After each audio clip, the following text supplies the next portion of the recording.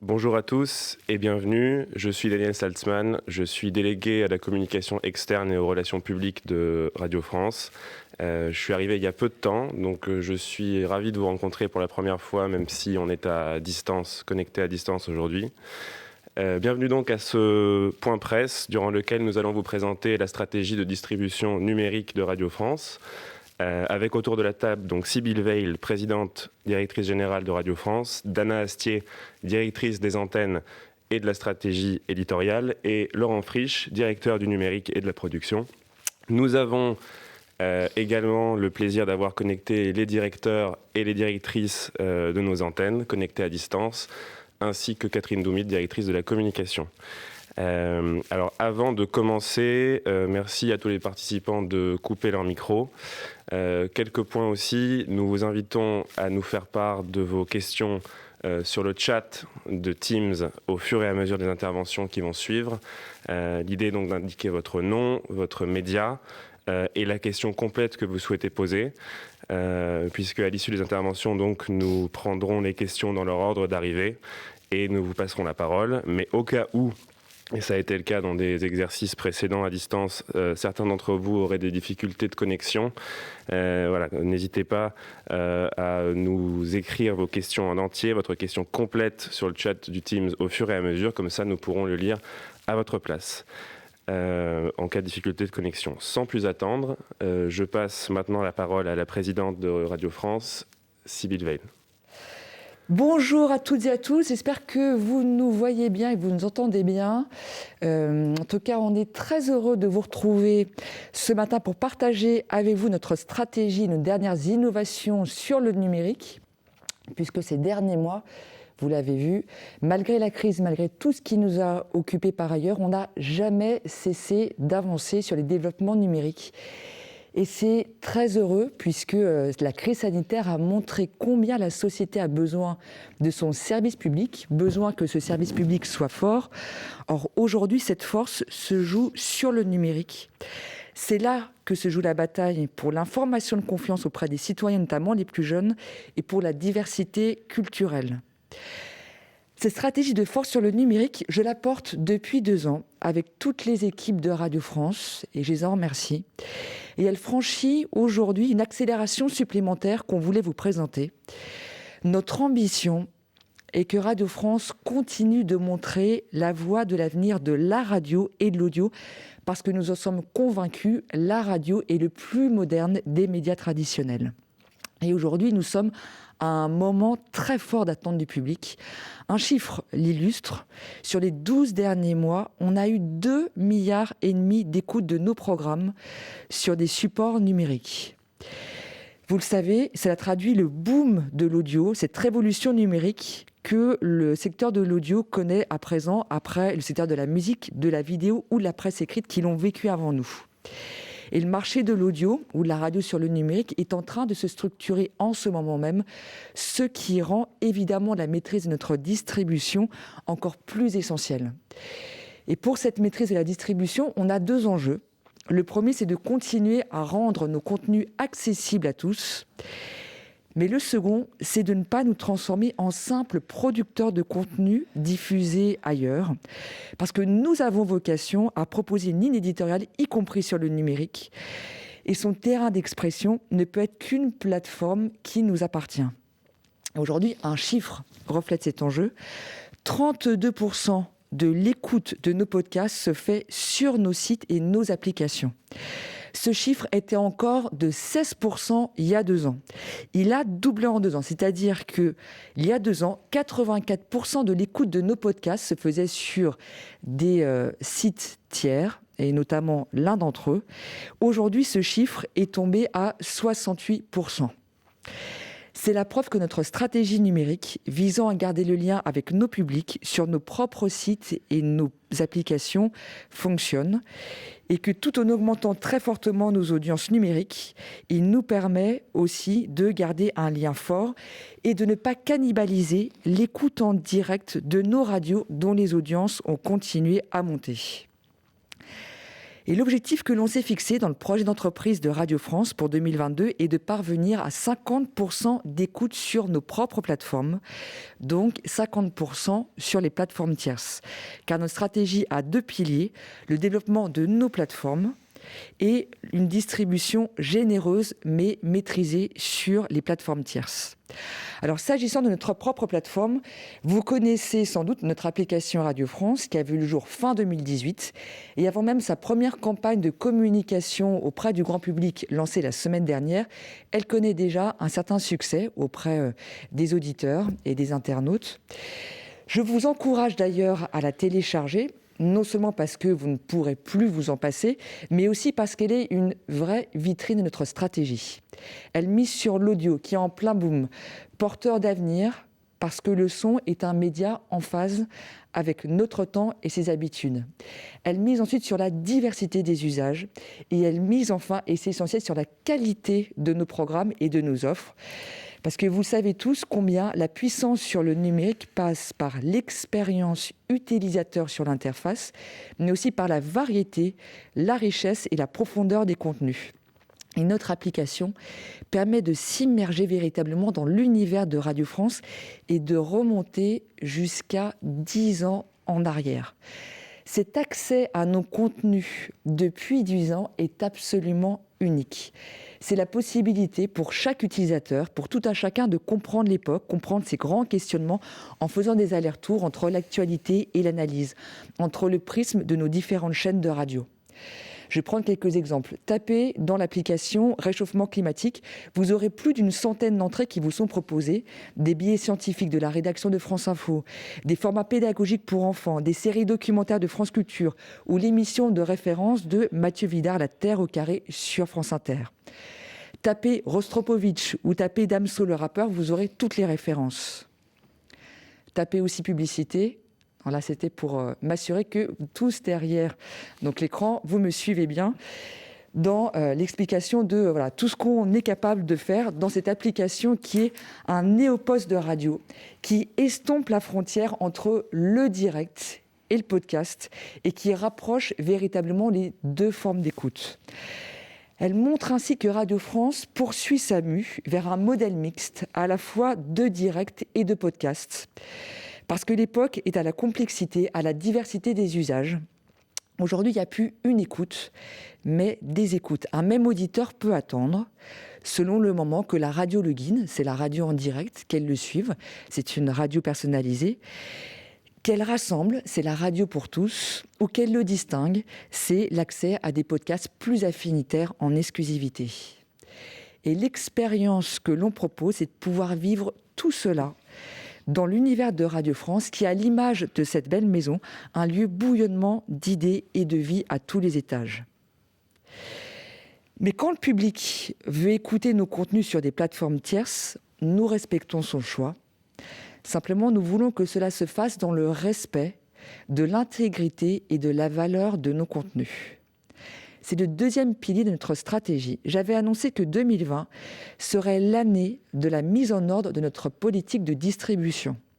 Et pour cette remise en ordre, nous avons discuté avec tous les acteurs du secteur autour de 3 cas de figure. Pour l'information, sa générosité dans la diffusion, car une information fiable et de confiance est indispensable pour lutter contre la désinformation, notamment sur les réseaux sociaux. Pour les autres contenus, une grande ouverture sur des plateformes tierces où de nouveaux publics font notre connaissance. Mais cette ouverture doit se faire à la condition d'un accord préalable qui respecte nos droits d'auteur et de producteurs. Enfin, pour notre catalogue, c'est-à-dire tous nos contenus dans la durée, ils sont valorisés en exclusivité sur notre plateforme. Pour cela, nous inventons donc aujourd'hui une nouvelle chronologie des médias dans l'audio, avec des temps d'exposition différents selon les plateformes. Nous sommes le premier acteur audio en France à tester une telle stratégie et nos derniers échanges avec nos homologues étrangers montrent l'intérêt que cette stratégie suscite chez nos voisins. S'intègre aussi à cette stratégie une alliance technologique avec nos partenaires historiques de la radio dans la société Cosmos, qui doit nous permettre de parler d'une seule voix face aux constructeurs automobiles comme face aux grands acteurs du numérique. Et cette alliance recueille un fort soutien dans le secteur de la radio. Ainsi, vous le voyez, notre stratégie de distribution est aujourd'hui équilibrée. Elle est à la fois fidélisante sur notre propre plateforme numérique, elle est surtout aussi ouverte à tous les publics sur les autres plateformes. Et en étant sur ces deux fronts, nous donnons de la puissance à nos contenus sur le numérique. C'est un peu le stade de la maturité pour une stratégie qui tire évidemment les conséquences du boom récent de l'audio sur le numérique et après une hyper-distribution qui a pu être quelquefois anarchique. On rentre dans une distribution toujours généreuse vers l'extérieur, mais qui respecte l'intégrité de nos contenus et leur valeur éditoriale. On ne peut pas laisser nos programmes en pâturage ni à la merci du piratage. Il faut savoir que derrière les podcasts, il y a une chaîne importante d'artistes, d'auteurs, d'interprètes, de créateurs, de comédiens, comme derrière la radio, la télé, la musique et le cinéma. Et Radio France est par exemple le premier employeur de comédiens en France car nous produisons tout en interne. Ce qui veut dire que être fort sur le numérique, c'est aussi défendre la création, la diversité culturelle et une stratégie de distribution équilibrée. C'est aussi défendre ces enjeux-là tout à la fois. Voilà, merci beaucoup Daniel. Merci Madame la Présidente. À présent, nous allons écouter Laurent Frisch puis Dana Astier qui vont nous détailler la stratégie de distribution et la stratégie éditoriale sur l'application Radio France. Bonjour à tous, merci Daniel, merci Sybille. Je vais commencer par parler de l'application Radio France, mais je vais peut-être d'abord dire un mot en remerciement à toutes les équipes qui œuvrent à fabriquer cette offre jour après jour, les équipes du numérique, de la direction du numérique ou du numérique dans les chaînes de Radio France. Je pense aussi à toutes les équipes de production qui se sont démenées pendant le confinement et depuis pour fabriquer jour après jour tous ces programmes dont on parle aujourd'hui et qui arrivent maintenant d'une nouvelle façon entre les mains du public. Donc merci à tous. Revenons à l'appli. Alors telle que nous la voyons, nous, cette appli Radio France, elle permet d'offrir un espace plus vaste pour la radio et pour ses auditeurs. Elle permet d'augmenter le temps, elle permet d'augmenter l'espace, si j'ose dire, de la radio. Je vais y revenir un peu en détail, mais avant de vous décrire cela, vous avez peut-être déjà entendu ou vu notre nouvelle campagne de publicité pour l'application Radio France. Elle s'appuie sur une idée qui est « Vivons le temps autrement ». Cette idée, c'est celle d'une expérience, l'expérience de l'appli, qui permet à tous ceux qui courent après le temps de vivre davantage chaque moment, grâce à toute la richesse et à la qualité des programmes des 7 chaînes de Radio France. Et ainsi, pour chacun d'avoir cette expérience très personnelle du média qu'est la radio, une expérience presque intime, et à chacun dans le temps qui est le sien. Mais je vais vous en dire un peu plus maintenant sur les ingrédients de cette appli. Alors tout d'abord, elle permet d'augmenter le temps. Voilà pourquoi. Pour nous, une des idées forces de l'application, c'était d'effacer les frontières qui peuvent exister ou qui ont pu exister entre la radio linéaire et le podcast. Il ne s'agit pas de deux univers disjoints, mais bien d'un monde unique, d'un monde de son, d'un monde d'audio, un monde de radio. Concrètement, effacer cette frontière, c'est permettre de découvrir le podcast d'un programme qu'on écoute en direct à la radio, en cliquant par exemple sur le direct et en se le mettant en podcast, ou bien en accédant par la grille des programmes de la radio que nous venons de lancer et trouver son programme favori. Effacer cette frontière, c'est permettre d'écouter la radio en direct, de s'interrompre, de reprendre plus tard l'écoute du programme qu'on écoutait. Nous appelons cela la reprise d'écoute. Effacer cette frontière, c'est permettre de revenir en arrière, de naviguer dans un flux de radio quand on écoute l'une de nos radios. Par exemple, revenir au début d'un programme ou d'une chronique qu'on aurait pris au vol. Et cela sera bientôt disponible dans notre appli. Pour nous, augmenter le temps, c'est aussi garder les podcasts pour de bon dans notre offre. Vous le savez peut-être, il n'y a pas si longtemps, les diffusions des émissions étaient conservées 3 ans, et uniquement sur nos sites, et pas plus. Et puis elles disparaissaient. Mais quel dommage! Quel dommage quand on sait la richesse que cela représente et les efforts qu'il a fallu pour produire cette offre. Aujourd'hui, ça n'est plus le cas. Nous avons changé cette politique pour que tous nos nouveaux programmes soient dorénavant disponibles et pour de bon au sein de notre offre, sans limite de durée. Et c'est grâce à cela que l'appli aujourd'hui permet de créer des passerelles entre hier et aujourd'hui, entre des programmes qui font notre patrimoine radiophonique, qui constitue un vrai patrimoine culturel, et notre flux du temps présent, celui des 7 radios et de tous leurs programmes. Augmenter le temps, c'est aussi savoir s'adapter au temps particulier, au temps singulier de l'auditeur. Écouter quand je veux, certes, mais aussi écouter ce que j'ai le temps d'écouter. Ainsi, nous testons depuis quelques mois une playlist dans l'appli, une playlist qui s'appelle « Vous avez moins de 5 minutes » et qui propose un flux de chroniques, courtes donc, mais qu'on peut bien sûr écouter en les enchaînant si on y prend goût. Alors, l'application Radio France permet d'augmenter le temps, elle permet aussi d'augmenter l'espace. Elle permet une continuité d'écoute sans pareil d'un lieu à l'autre. Par exemple, depuis peu, nos streams de radio s'adaptent au débit de l'auditeur qui, vous le savez, peut être très variable d'un endroit à l'autre. On peut connaître des coupures de réseau. En ce qui me concerne, par exemple, j'arrive à écouter ma radio sans interruption de chez moi à la maison de Radio France, sans interruption ni dans l'ascenseur, ni dans le métro. Je prends la ligne 6 pour information. Et c'est la seule appli aujourd'hui qui me le permette sans aucune interruption du flux. Et si, contrairement à moi, vous êtes plutôt automobiliste, vous pouvez aussi basculer votre écoute sur un autoradio connecté, puisque nous avons récemment rendu l'appli compatible avec les technologies Apple CarPlay et Android Auto, qui sont les 2 technologies dominantes des voitures connectées. Alors cette année, nous avons aussi lancé notre compte utilisateur. D'ores et déjà, ce compte utilisateur permet à tout auditeur de conserver à vie sa bibliothèque de podcasts favoris. Il s'enrichira dans les mois qui viennent de nombreuses fonctionnalités, comme passer d'un support à l'autre, smartphone, ordinateur, tablette, enceinte connectée, y retrouver toute sa bibliothèque, reprendre ses écoutes en cours.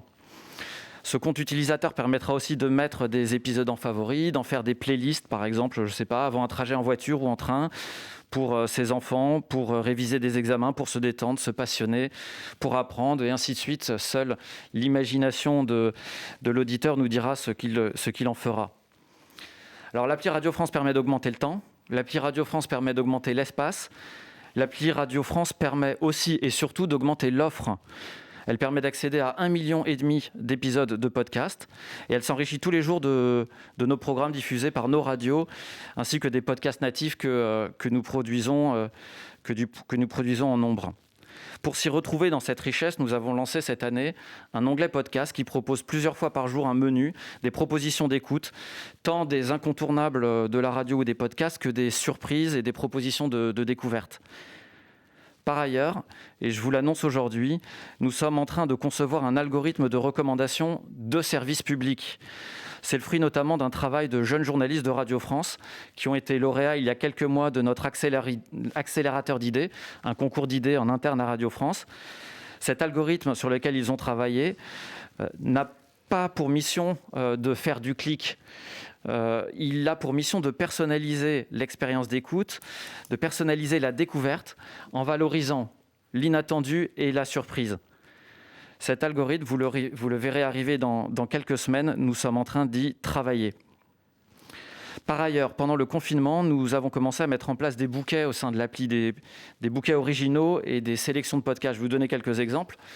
Nous avons par exemple installé presque à demeure le coin des enfants, donc qui a été lancé pendant le confinement, la sélection spéciale US, alors qui elle est de circonstance en ce mois préélectoral aux États-Unis, cette sélection qui s'appelle This is America, une sélection polar ou une sélection science-fiction, on retrouve le meilleur de ces genres-là, et aussi plein d'autres playlists que nos équipes imaginent et construisent quotidiennement. Alors, grâce aux multiples entrées dans ce formidable catalogue de programmes, notre enjeu est d'inventer pour chaque auditeur un parcours d'écoute qui lui est singulier, qui favorise la surprise, la curiosité, la découverte. Et nous pensons que ce sont des valeurs de service public qui sont forts. Je vais laisser la parole à Dana Astier maintenant pour vous parler de cette incroyable richesse. Merci beaucoup. Bonjour à tous. Alors, l'appli Radio France nous permet de dire bienvenue à tous dans l'univers de Radio France, univers à la fois polysémique et cohérent. C'est une application qui propose une offre gratuite, ce qui est la moindre des choses pour un groupe de service public. Elle s'adresse à toutes les générations, à tous les publics, à tout moment de la journée, en famille, avec des amis ou seul. Elle nous permet effectivement d'atteindre tout le monde à tout moment.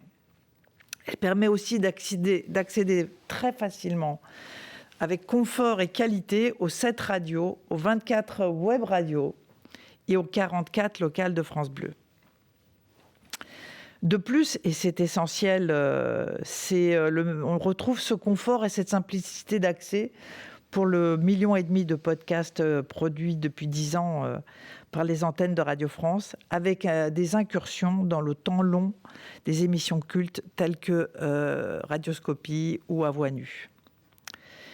De plus, et c'est essentiel également, 500 nouvelles heures de programmes, de production quotidienne, viennent alimenter ce stock patrimonial issu des antennes, ce qui permet de maintenir ce lien serré entre présent et passé. L'application de Radio France est l'unique plateforme qui bénéficie de l'intégralité des productions de Radio France, et c'est important de le souligner. Autre dimension essentielle, c'est que nous sommes les premiers producteurs de podcasts en France. En effet, Radio France produit tout naturellement du podcast de par la qualité et la pérennité de ses productions.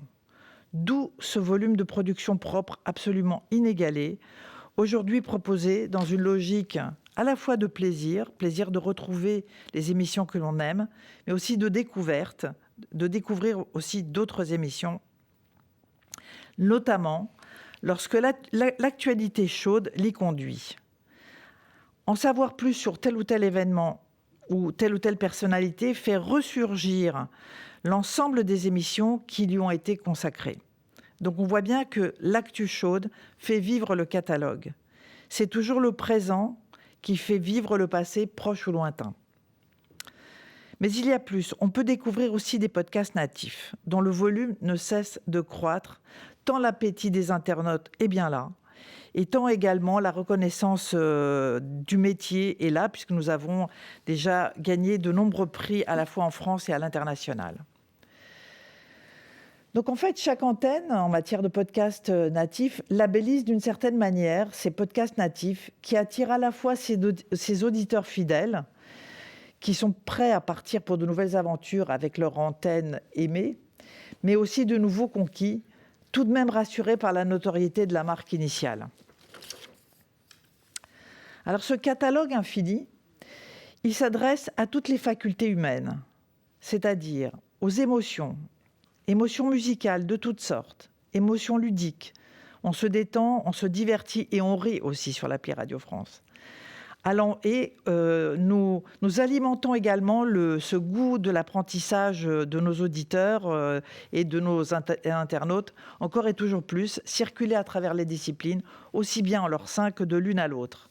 Bref, il s'agit de gai savoir. Telle est l'expérience qu'offre l'application Radio France. On peut y accéder par titre d'émission, par thématique ou par antenne. Cette ouverture ne cesse d'ailleurs dans l'accès, ne cesse de se développer. Si on analyse rapidement les succès des podcasts, qu'ils soient issus des antennes ou des natifs, on note un éclectisme qui fait bien plaisir. Rapidement, quelques exemples. Écoutés ou téléchargés dans ces derniers mois, on peut mentionner évidemment le carton de l'humour, avec l'Instant Meurice et Par Jupiter, mais aussi l'intelligence qui est plébiscitée avec les affaires sensibles évidemment, les pieds sur terre, les chemins de la philo, la méthode scientifique, le cours de l'histoire. Mention aussi particulière pour la fiction de France Culture. Et je soulignerai le succès de Millennium et de Tintin, près de 3 millions par titre en tout jusqu'à aujourd'hui. Côté podcast natif, Radio France a produit près de 40 titres de podcasts natifs, dont la plupart sont des séries. On retrouve évidemment l'exigence éditoriale et qualitative des émissions qui sont à l'antenne. On retrouve le respect du public, le goût d'embarquer les internautes, le savoir-faire, l'envie de conquérir un nouveau public, les enfants, les jeunes parents, les plus jeunes en général, par exemple avec le quart d'heure que nous avons lancé récemment. Nouvelles problématiques, le genre, les théories du complot, une fiction originale, de nouvelles formes narratives pour raconter le réel à travers le documentaire. Donc comment ne pas souligner les succès des programmes pour enfants d'Inter. Oli et Odyssée ont attiré plus de 20 millions d'internautes depuis leur lancement. Olma, je rappelle qu'Olma de Mathieu Vidard vient de démarrer. Oli, donc, une cinquantaine de numéros déjà. Odyssée, une quarantaine.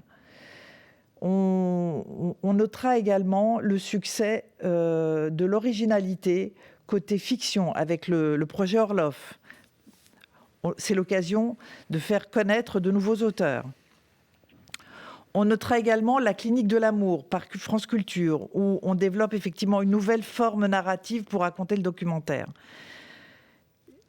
Des entretiens tels que Femmes puissantes de Léa Salamé.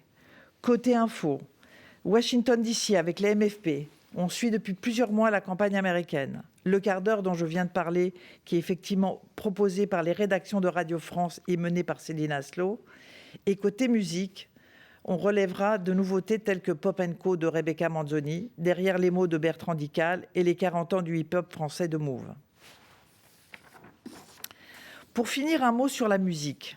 Entre flux et stock, entre direct et patrimoine, il y a la musique qui joue un si grand rôle à Radio France, entre ses antennes, ses web radios et ses formations musicales. L'application assemble et rassemble toutes les musiques.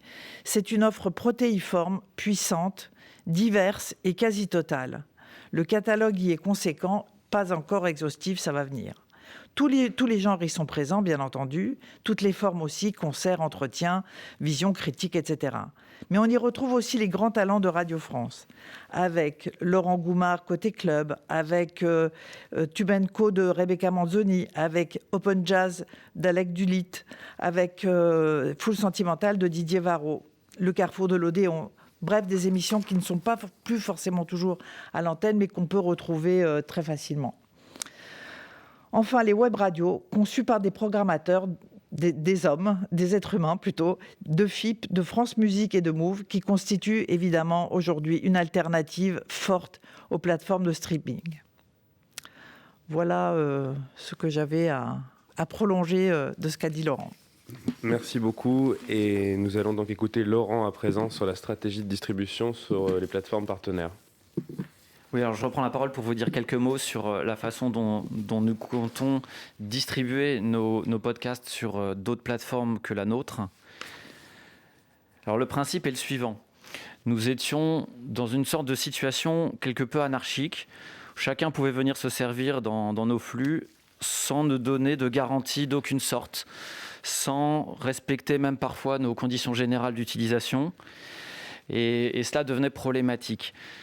Nous ne voulons pas cesser cette démarche de distribution, au contraire, nous voulons l'accompagner en créant des conditions d'une hyper-distribution ouverte et maîtrisée. Concrètement, ce qu'on demande à chaque agrégateur partenaire, c'est de remplir quelques conditions, comme de la contractualisation, respect de notre intégrité éditoriale, respect des droits. Je me permets de rentrer un tout petit peu dans l'explication de ces points-là. La contractualisation, ce n'est pas anecdotique. Nous attendons que les conditions de la distribution relèvent d'un accord quelque peu formel entre l'agrégateur et nous, pour que nous nous entendions sur un cadre commun qui soit mutuellement bénéfique. Et on voit déjà que les discussions que nous avons actuellement permettent à deux types d'acteurs très différents, le média radio que nous sommes, l'agrégateur ou la plateforme qu'il représente, de mieux se comprendre, de mieux s'entendre. Deuxièmement, l'intégrité éditoriale.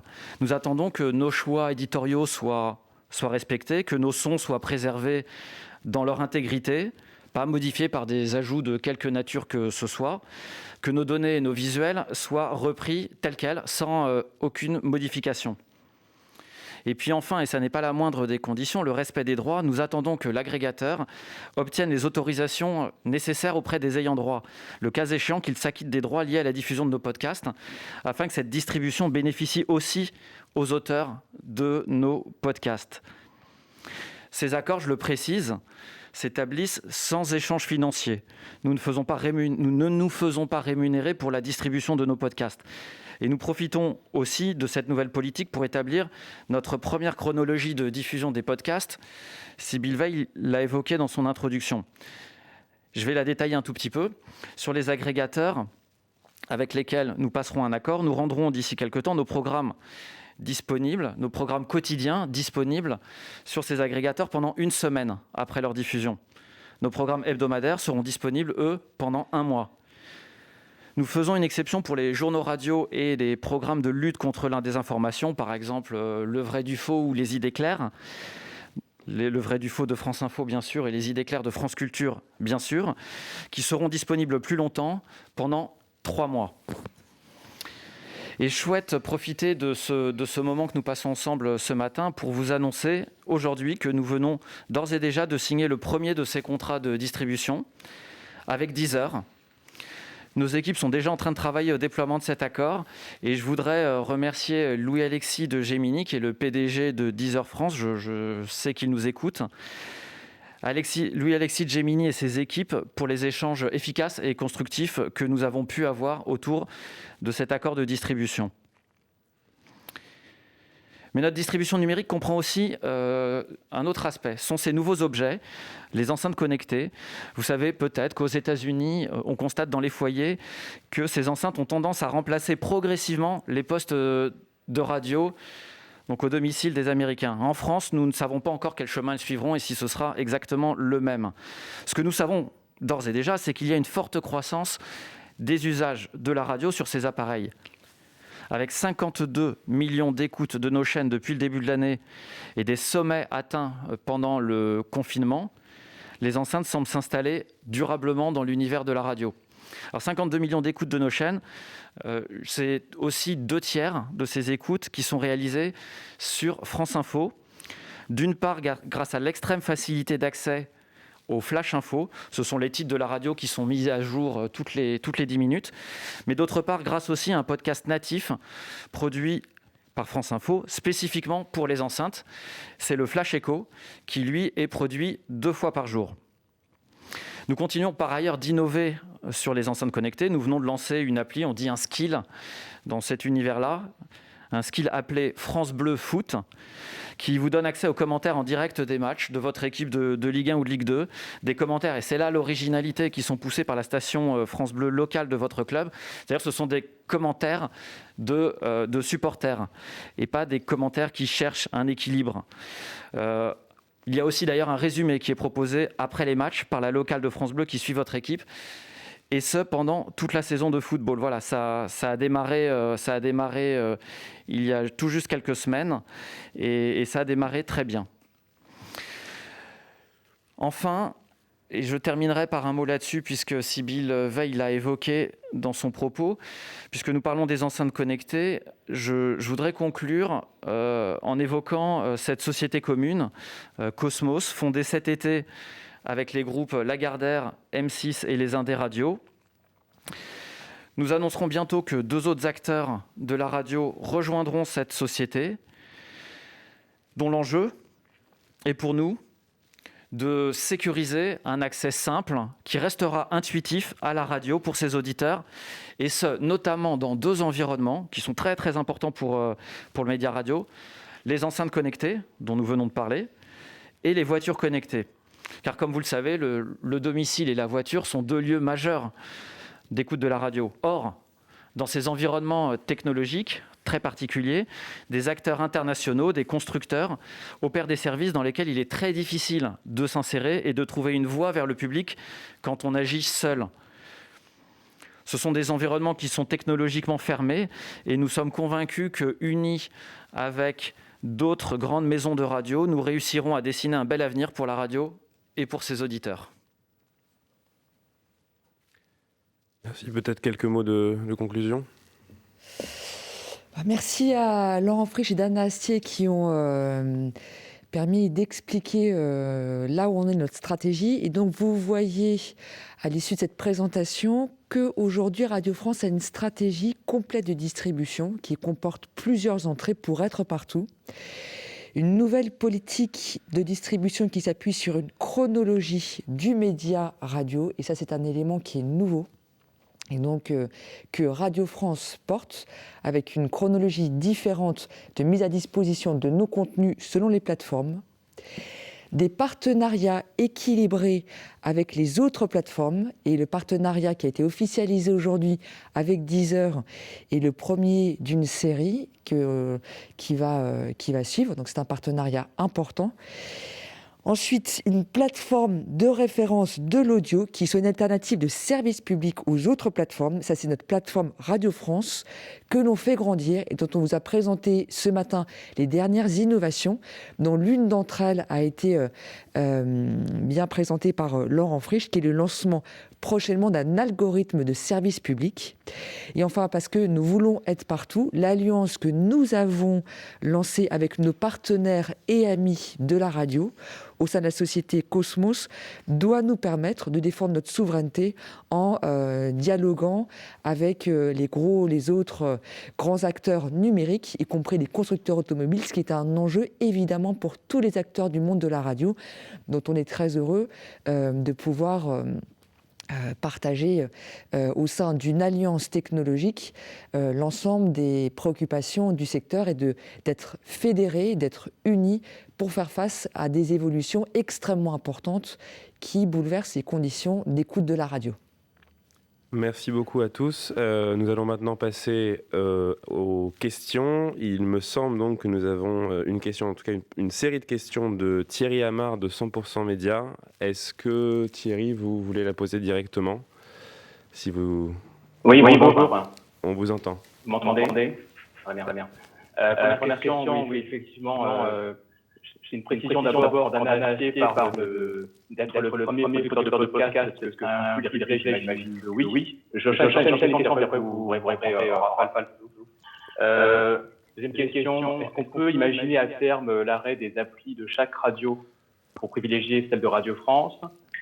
Et une troisième, plus technique, quelle est la solution d'hébergement qui a été choisie, sachant que vous hébergez toutes vos émissions et tous vos podcasts quasiment à vie, donc ça demande de très grandes capacités. Et j'en ai une quatrième encore, désolé, c'est quelle est la stratégie de monétisation de toutes ces données digitales ? Merci beaucoup. La première, c'est... Juste la première question, si vous pouvez juste la répéter. On avait eu du mal à vous entendre. Pardon, la première question, c'est quand Anna Astier parle d'être le premier producteur de podcast, est-ce que ça inclut les replays ? J'imagine que oui. Ah oui. Dans la mesure où nous ne faisons plus vraiment la différence entre ce qu'est un podcast, une émission produite qui est réécoutée, un podcast natif qui se retrouve diffusé à la radio, un podcast natif qui reste sur le web. En fait, tout ça, c'est de la radio pour nous. Et peut-être même d'ailleurs que si nous avons un si formidable catalogue de podcasts aujourd'hui, c'est peut-être qu'on fabriquait des podcasts sans le savoir jusqu'à présent. Oui, c'est ça. Non, mais juste pour dire que c'est aussi très lié aux lignes éditoriales des antennes. Ça ne serait pas possible si les lignes éditoriales des antennes étaient autres. Donc il y a une espèce de relation évidente entre la qualité et la pérennité de ce qui s'y fait et d'avoir envie de se dire « Ah mince, je ne l'ai pas entendu, je vais y aller ». Donc c'est vrai que merci aux antennes puisqu'elles permettent ce niveau-là de cette volumétrie de podcast. Sur la deuxième question qui portait sur l'arrêt éventuel des applis de chaque radio pour privilégier celle de Radio France, ce que nous considérons avant tout, c'est la qualité de l'expérience utilisateur pour le public dans ces choix-là. Nous y réfléchissons sans tabou, mais nous allons regarder cela de près. Quel est le meilleur environnement pour écouter nos radios et nos podcasts ? En tout cas, une chose est certaine, c'est que nos applications de chaîne les plus puissantes, elles, nous les conserverons. La troisième question... Je crois qu'elle va être pour moi aussi, sauf si Dana ou Sybille veulent répondre sur la solution technique d'hébergement. Oui, tu veux répondre, Dana ? Je crois que je vais la prendre. Comment faire pour stocker pendant tout ce temps des enregistrements ? J'aimerais saluer d'ailleurs les équipes techniques du numérique qui, chaque année, par des trésors d'inventivité, trouvent des solutions pour contenir les coûts de ces solutions-là, tout en les rendant très performantes dans la qualité d'accès, dans la disponibilité en ligne. Aujourd'hui, nous avons des solutions d'hébergement sur un cloud, mais surtout, les équipes ont travaillé à nous rendre indépendants technologiquement d'un acteur ou d'un autre. C'est-à-dire que nous pourrions passer d'une solution d'hébergement à une autre sans aucune difficulté, j'oserais presque dire du jour au lendemain, ce qui nous permet en permanence de réinterroger les contrats que nous avons et de tirer le coût marginal vers le bas et ainsi de contenir ce coût croissant d'hébergement. Et je crois qu'il y avait une dernière question qui portait sur la monétisation. Oui, mais sur la stratégie de monétisation. Je ne sais pas si Thierry, vous voulez la reposer. Oui, en fait, avoir des précisions, s'il vous plaît, sur la stratégie de monétisation, sachant que, évidemment, il n'y a pas les mêmes contraintes que sur la radio linéaire en termes de quotas. Je ne sais plus qui est vous avez une régie extérieure, je pense, pour tout ce qui est appli mobile. Il y a quelques temps, c'était une publicité, je ne sais plus si c'était encore celle-là. Mais en gros, est-ce que vous avez des guidelines ou une charte concernant le comportement publicitaire là-dessus, justement aussi, sur le digital? Alors très honnêtement, Thierry, je ne pense pas que nous sommes les meilleures personnes pour parler de ça dans le détail, mais néanmoins, ce que je peux vous dire, c'est que nous avons différentes formes de publicité. Nous essayons de la garder très mesurée et très contenue en termes de volume, parce que nous ne voulons pas d'expérience polluée par trop de publicité, mais juste qu'il est raisonnable de faire pour alimenter ce que nous pouvons dépenser ensuite en création de podcasts. Et c'est ainsi que depuis, je crois, 2 ans à peu près, nous mettons de temps en temps de la publicité en pré-roll sur quelques podcasts, en faisant bien attention à ni n'en mettre trop, ni ne créer des associations malheureuses. Voilà, j'espère, j'ai peut-être été vague, mais j'espère avoir répondu dans les grandes lignes à vos questions. Nous faisons aussi de la publicité sur nos sites et nos applications, comme vous l'avez noté. Merci beaucoup. Merci Thierry. La deuxième question est une question de Nathan Gallo de la correspondance de la presse. Nathan. Oui, bonjour. Bonjour, je voulais demander à Monsieur Laurent Frisch justement à propos de 2 points. Le premier point, ce serait sur les contrats passés avec les plateformes, les agrégateurs. Je me demandais avec qui Radio France était en discussion pour le moment. Et justement, pour avoir confirmation, est-ce que tant que vous n'aurez pas de contrat avec ces agrégateurs, vos contenus ne seront pas accessibles à ces plateformes? Je pense notamment à Spotify. Et une autre question sur la chronologie des médias. Parce que vous avez expliqué que c'était une manière de faire qui avait déjà été expérimentée à l'étranger. Est-ce que vous pouvez expliquer d'où cette idée vient, et si vous pouviez réexpliquer brièvement cette idée?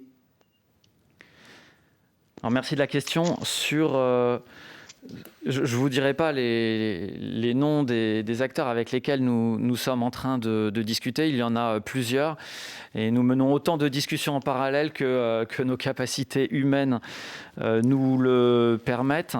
Vous le savez, il y a un moment, nous avions demandé à certains agrégateurs qu'ils venaient se servir chez nous sans autorisation de retirer nos podcasts et d'entrer en parallèle dans une discussion avec nous. Certains l'ont fait, d'autres non.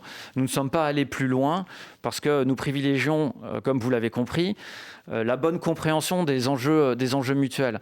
Et nous pensons que la construction que nous proposons est équilibrée et nous espérons pouvoir annoncer d'autres signatures dans les jours ou semaines qui viennent.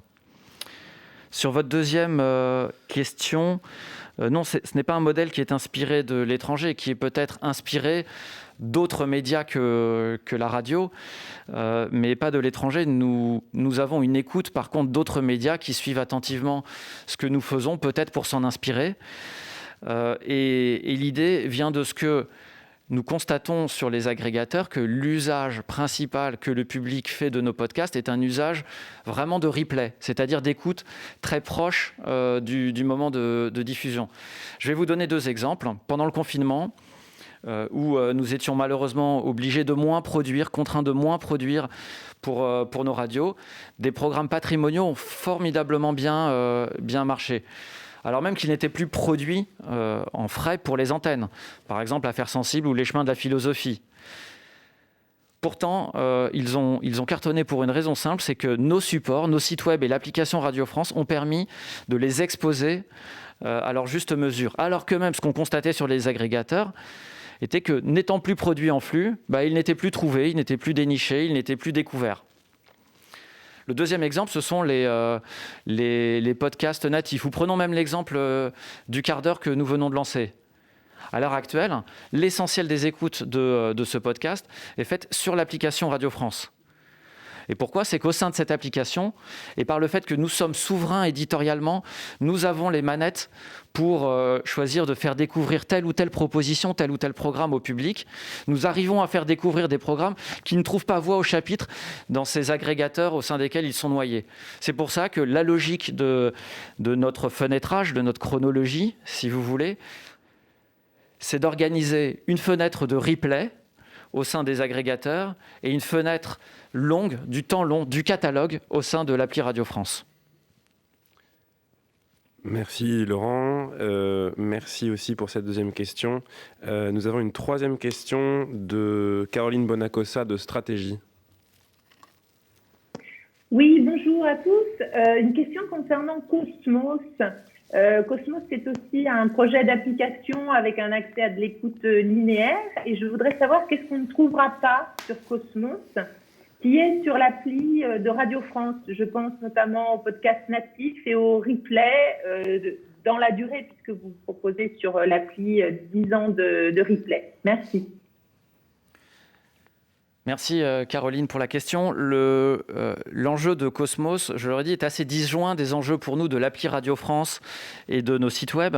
Il s'agit, comme vous l'avez certainement compris, d'occuper des terrains sur lesquels il est très difficile d'accéder et de maintenir une expérience très fluide, très simple d'accès à la radio. Donc je parlais des voitures connectées et des enceintes connectées notamment, parce que ça nous oblige à discuter avec des acteurs internationaux, des constructeurs automobiles par exemple, ou des fabricants d'enceintes. Et il est très difficile pour nous d'y aller seul, comme pour chaque groupe de radio, comme pour chaque acteur de radio au monde. Donc c'est ça l'enjeu principal, plutôt que le périmètre de l'offre qu'on retrouvera dans Cosmos. Dans Cosmos, on retrouvera l'intégralité de nos radios, de nos stations locales, de nos web radios, et l'ensemble des flux de podcasts avec nettement moins quand même de profondeur de champ que sur l'application Radio France, qui sera le seul lieu, le lieu unique de l'intégralité de notre catalogue. Quand vous dites moins de, excusez-moi, je reprends, quand vous dites moins de profondeur de champ, c'est-à-dire, est-ce qu'on sera dans les restrictions dont vous aviez parlé, c'est-à-dire une semaine pour le replay quotidien, un mois pour le replay hebdo ou pas ? Alors on sera probablement un peu plus, mais je ne peux pas vous donner ça de façon détaillée, puisque nous sommes en train d'en discuter entre radios pour essayer d'aligner nos politiques et offrir quelque chose de cohérent au public. Très bien, merci. Je vous en prie. Merci Caroline. Nous avons une question maintenant de Nicolas Madeleine des Échos. Oui, bonjour, vous m'entendez bien ? Très bien. Oui. Ok. Oui, je voulais savoir quel est le régime des droits de la musique pour les morceaux que vous passez en entier dans les podcasts, enfin dans le à la demande de la radio. Et j'ai une deuxième question en même temps. L'algorithme de service public dont vous parlez, quelle est la différence avec la radio personnalisée de type NPR One ? Alors, bonjour Nicolas, j'avoue que sur la première question qui est un peu technique, et je m'avance peut-être un peu sans être spécialiste de ces termes juridiques, mais nous avons depuis, il me semble, 2014, un accord avec les sociétés d'auteurs et les sociétés de producteurs de phonogrammes qui nous permettent de conserver au sein de nos podcasts la musique qui a été diffusée à l'antenne. Si c'était cela votre question. C'est ça, oui. C'était ça ma question. D'accord. Quant à NPR One, je ne suis pas sûr d'avoir compris votre question. Non, en fait, est-ce qu'on peut, dans l'appli, est-ce qu'on pourra appuyer sur le bouton jouer ou play et puis avoir un flux de radio personnalisé qui s'arrête quand on veut, ou est-ce que c'est une entrée par playlist ? qu'on fabrique. Vous avez intérêt, avec tout ce qu'on vous a raconté, à appuyer sur les boutons play dans l'appli, puis il n'y en aura pas qu'un, il y en aura plein. Alors dans l'appli NPR One, si je ne m'abuse, il n'y en a qu'un. Il n'y en a qu'un et qui est un flux d'informations personnalisé pour l'utilisateur. Donc c'est une expérience intéressante qu'on a regardée. Ce n'est pas du tout notre modèle. Donc nous composons des playlists. L'utilisateur pourra se composer ses playlists. À chaque fois qu'on cliquera sur une écoute, on se verra proposer d'autres écoutes qui pourront s'enchaîner si l'utilisateur le choisit. Il peut déjà, dans les paramètres de l'application aujourd'hui, choisir d'enchaîner les écoutes ou de garder les écoutes unitaires, une par une, et faire à chaque fois un nouveau choix. D'accord. Merci beaucoup. Est-ce que nous avons d'autres questions avant de conclure? Dernière chance. Dans ce cas, merci beaucoup à tous. Nous allons donc conclure ce point presse. Je vous rappelle que vous pouvez retrouver les éléments... Oui. Bonjour, vous m'entendez? Oui, on vous entend. Bonjour Aurélie Carabin pour l'AFP. Je voulais savoir si on pouvait avoir plus de détails sur le contrat passé avec Deezer. Dans un premier temps, je voulais aussi savoir combien d'écoutes vous aviez recensées depuis le lancement du quart d'heure et combien de fois l'appli Radio France a été téléchargée. Alors la première question... Plus de détails sur Deezer. En fait, nous discutons avec chaque potentiel partenaire d'un texte que nous proposons, nous, avec nos conditions, et que nous ajustons en fonction des conditions particulières de la plateforme, mais sans jamais revenir sur les principes que je vous ai énoncés tout à l'heure. Déjà, le fait qu'il y ait un contrat formel, qu'il respecte notre intégrité éditoriale, et que le partenaire s'acquitte de sa part des droits auprès des ayants droit et des auteurs en particulier. La deuxième question. Sur les écoutes du quart d'heure. On a un ordre de grandeur sur ce que ça représente financièrement, ces droits, justement Je suis incapable de vous le dire. Je ne sais pas ce que Deezer reverse comme droit aux sociétés d'auteurs. Sur le quart d'heure, alors vous savez qu'un des bénéfices de la radio, malgré tout, c'est de ne pas avoir son audience en temps réel, ce qui nous permet de laisser le temps au programme de s'installer sans être sous le joug d'un Mediamat ou d'une audience en temps réel. C'est ce que nous ferons aussi pour le quart d'heure, que nous trouvons déjà très convaincant à l'écoute, alors qu'il est tout jeune. Il n'a même pas un mois, je crois. Hein. Il doit avoir 3 semaines, quelque chose comme ça. Ouais. Je le trouve vraiment passionnant à écouter. Vous savez, vous avez à peu près 3 sujets par jour sur un ton assez différent de ce qu'on entend habituellement sur les antennes de Radio France. Il est bien trop tôt pour nous pour communiquer et pour même regarder et donner un sens à des chiffres de téléchargement ou d'écoute. Non, mais on peut juste dire pour le quart d'heure à quel point l'appli Radio France le soutient, et c'est là où on voit qu'il y a une politique éditoriale et que quand on décide de lancer quelque chose auquel on tient et qui est un podcast natif qui incarne en plus l'information aussi dans la maison, qui s'adresse au plus grand nombre, là l'appli Radio France est là pour le soutenir et c'est vrai que ça fera la différence et on verra... C'est l'avantage aussi de cette maison. Il n'y a pas de harcèlement d'audience, contrairement à ce qui peut arriver dans d'autres médias. Et donc, voilà une cohérence éditoriale entre un contenu et une plateforme. Un dernier mot peut-être sur le quart d'heure pour bien souligner le fait que c'est un podcast natif. Ça veut dire qu'il est produit pour le numérique.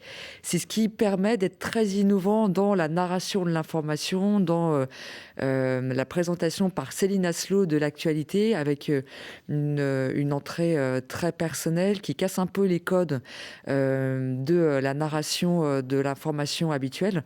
Donc c'est aussi de l'innovation et le modèle qu'on vous présente, c'est d'une part la puissance de la fabrication de podcasts qui est due au fait qu'on fabrique des podcasts à longueur de flux d'antenne de chacune de nos radios. C'est ça qui explique, parce que nos contenus se prêtent à beaucoup de réécoutes, l'important volume des podcasts Radio France qui sont aujourd'hui écoutés par les Français. et donc leur poids dans l'écoute du podcast en France. Et par ailleurs, le podcast natif, c'est ce qui nous permet, au-delà de ce qui est diffusé sur nos antennes en direct, d'innover, de s'adresser à des publics qui ne sont pas forcément ceux qui sont les fidèles de nos chaînes. C'est le cas pour les podcasts enfants, c'est le cas pour ce podcast d'actualité qui nous permet de parler de l'information différemment et donc d'aller s'adresser à des publics qui ont envie d'une narration, d'une actualité qui est présentée d'une manière un peu différente. Merci beaucoup. Et nous allons donc... L'appli Radio France. Ouais. Vous aviez une dernière question, je crois ? Oui, l'appli Radio France. Oui, j'ai une question. Je suis Nicolas Madeleine. Est-ce que je peux la poser ? Oui, allez-y. Je voulais savoir quel était le montant de publicité généré par les podcasts avec, je sais pas, des annonces en pré-roll ou des images pop-up de publicité. Et s'il y en avait qui étaient générés, il y avait des revenus de publicité qui étaient générés sur l'appli. Et puis, en fait, quel est l'objectif est-ce que vous voulez augmenter cette part de revenus publicitaires et à combien éventuellement ? Alors, on n'a pas les chiffres sur la part des contenus numériques et la croissance des ressources publicitaires. Ce qu'il faut bien voir, c'est qu'avec l'accroissement des écoutes numériques, automatiquement, les recettes publicitaires associées se développent. Donc, c'est certain qu'avec l'augmentation très forte des audiences numériques qu'on constate ces dernières années et qui va en s'accroissant très fortement, on voit qu'il y a un mouvement vraiment très important. Il y a de plus en plus d'écoutes numériques. Et naturellement, les recettes publicitaires vont s'accroître sans forcément qu'il y ait plus de publicité présente, mais simplement parce qu'il y a plus d'écoutes. Donc c'est sur cet accroissement de l'écoute sur le numérique que l'on a fondé nos hypothèses d'augmentation des ressources publicitaires.